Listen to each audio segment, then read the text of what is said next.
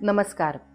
The Karad urban cooperative bank limited Karad निर्मित आणि कल्पेश पाटसकर संकल्पनेनुसार साकार झालेल्या संतांची मांदियाळी या दिनदर्शिकेतील संतांची माहिती आपण ऐकत आहात. भाग पहिला. लेखक मधुरा प्रमोद किरपेकर. वाचक स्वर सौ स्वप्नजा संदीप वझे बर्वे. भक्त पुंडलिक. वरम पुंडरिकाय दातुम मुनैंद्रः. वरम पुंडरिकाय दातुम मुनींद्रैहि. आदि शंकराचार्य.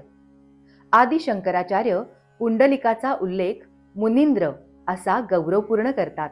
यावरूनच त्यांचं महानपण आपल्याला कळून येतं. श्री विठ्ठलास श्रीकृष्णाचा अवतार समजलं जातं. श्रीकृष्णाबद्दलची एक कथा देखील प्रसिद्ध आहे. ती अशी: काही कारणानं रुक्मिणी रुसून द्वारकेहून दिंडीर वनात येऊन बसली. तेव्हा श्रीकृष्ण भेटायला आणि रुसवा काढण्यासाठी द्वारकेला परत नेण्यासाठी दिंडीर वनात आले. तेव्हा त्यांची भेट पुंडलिकाशी झाली, असं वर्णन श्री हरिविजय या ग्रंथात आहे. श्रीकृष्ण आले असताना भक्त पुंडलिक आपल्या आई वडिलांच्या सेवेत मग्न होते. प्रत्यक्ष परमात्मा श्रीकृष्ण दिसले तरीही आई वडिलांच्या सेवेत खंड पडू नये म्हणून एक वीट तिकडं टाकून त्या विटेवर तोपर्यंत उभे राहा असं पुंडलिकानं श्रीकृष्णास सांगितलं. त्यानंतर पुंडलिक श्रीकृष्णास भेटले आणि मग पुंडलिकानं श्रीकृष्णास वरदान मागितलं की देवा, आपण इथंच दिंडीर वनात भक्तांसाठी कायमचा निवास करावा. तेव्हा श्रीकृष्ण म्हणाले, आता कलियुग सुरू होण्यापूर्वी माझी अवतार समाप्ती होईल.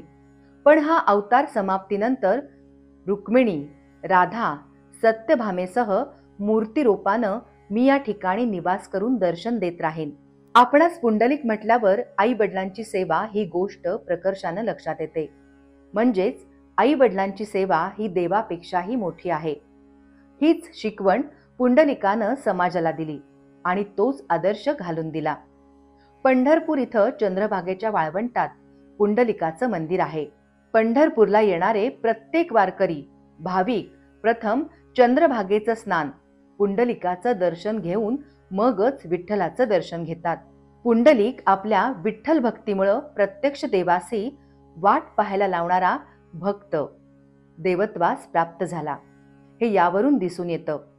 संत ज्ञानेश्वर, संत नामदेव, संत एकनाथ, संत तुकाराम महाराज, संत चोखामेळा, संत जनाबाई हे सर्वच जण आपापल्या अभंगामधून भक्त पुंडलिकाचं वर्णन करतात. संत तुकाराम महाराज म्हणतात, सकळी संतान भेटी एक वेळा, पुंडलिक डोळा देखी येला.